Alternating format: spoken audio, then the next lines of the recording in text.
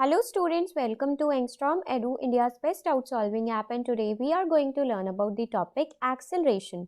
So what is acceleration? So an object is said to be accelerated if there is a change in its velocity. So the change in the velocity of an object could be an increase or decrease in speed or a change in direction in motion.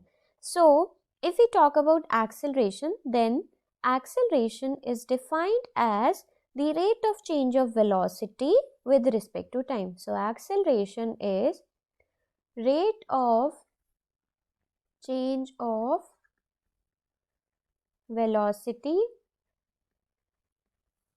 with respect to time. This acceleration is a vector quantity. This is a vector quantity because its direction as well as its magnitude are important. Direction as well as magnitude are important. So acceleration is a vector quantity as it has both magnitude and direction. It can also be said that it is the second derivative of position with respect to time. Acceleration is the second derivative of position with respect to time, or it is the first derivative of velocity with respect to time, or first derivative of velocity with respect to time.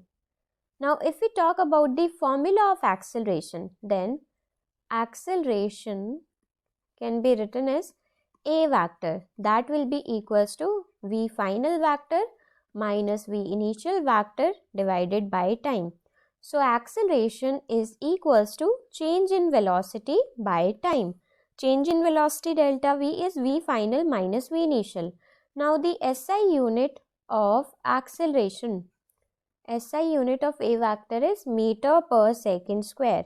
So its SI unit is meter per second square. Now we have two types of acceleration. First we have uniform acceleration and non-uniform acceleration.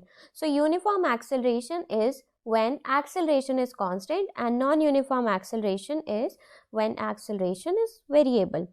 So average acceleration is, this acceleration can be divided into average and instantaneous acceleration.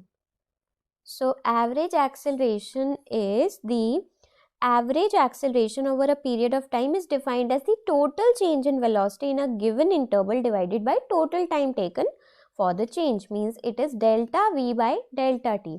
And if we talk about instantaneous acceleration, so the ratio of change in velocity during a time interval such that the time interval goes to 0, means the acceleration at a particular instant of time, means it is dv by dt, means delta t tends to 0, then this average turns to instantaneous.